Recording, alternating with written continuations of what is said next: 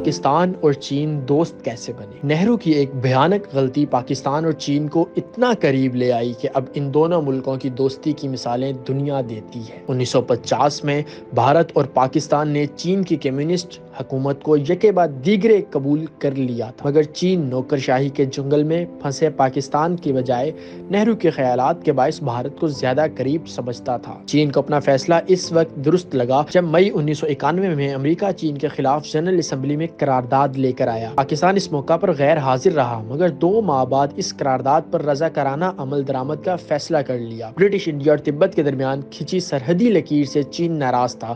یہ سرحدی تنازع پاکستان کو بھی منتقل ہوا کیونکہ چین لداخ سے ہنزا تک کی پٹی کو اپنا حصہ مانتا تھا۔ 1953 میں چین نے ہنزا سے ملنے والی سرحدی خلاف ورزیاں بھی کی، جس پر پاکستانی فوج کے سربراہ جنرل ایوب خان نے چین کو وارننگ دی۔ پاکستان اور چین کے تعلقات میں کشیدگی پیدا ہو رہی تھی، جبکہ اس دور میں ہندی چینی بھائی بھائی کے نعرے لگ رہے تھے۔ بھارت اور چین ایک دوسرے کے گن گا رہے تھے جب پاکستان اپنے ہمسائے چین کو چھوڑ کر 7 سمندر پار امریکہ کے قریب تھا۔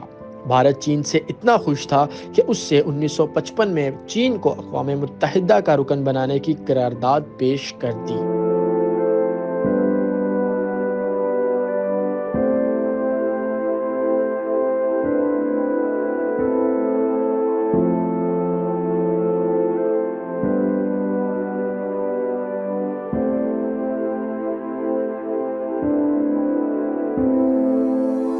اس کی پاکستان نے اپنے اتحادیوں کے ساتھ مل کر بھرپور مخالفت کی، لیکن پھر آسمان کا مزاج بدلا۔ چین نے بھارت کو بتائے بغیر سنکیانک کو تبت سے ملانے والی 750 میل طویل ویسٹرن ملٹری روڈ مکمل کر لی، جس کے بعد کہانی میں نیا موڑ آ گیا۔ یہیں سے دوستی کی ٹرین پٹری سے اتر گئی۔ چین کے اس اقدام پر نہرو غصے میں آ گیا۔ اکتوبر 1959 میں دونوں ملکوں میں ہلکی پھلکی جھڑپ بھی ہو گئی۔ ایسے وقت میں پاکستانی صدر ایوب خان نے بھارت کی طرف دوستی کا ہاتھ بڑھایا اور مشترکہ دفاع کے معاہدے کی پیشکش کر دی، لیکن نہرو نے سنجیدہ نہ لیا۔ نہرو نے تبت کے روحانی پیشوا دلائی لاما کو بھارت رکھنے کا اعلان کر دیا۔ دلائی لاما کو تبت کی جلاوطن حکومت قائم کرنے کی اجازت بھی دے دی۔ دونوں اطراف سے الزامات لگنے لگے اور نوبت جنگ تک آ پہنچی۔ چین نے 1962 میں انڈیا کو دوسری سرحدی علاقوں میں بری طرح پیٹا۔ مہینہ بھر جاری رہنے والی اس جنگ میں چینی فوج بھارتی علاقوں لداخ، اروناچل پردیش میں بھی گھس گئی۔ یہی وہ وقت تھا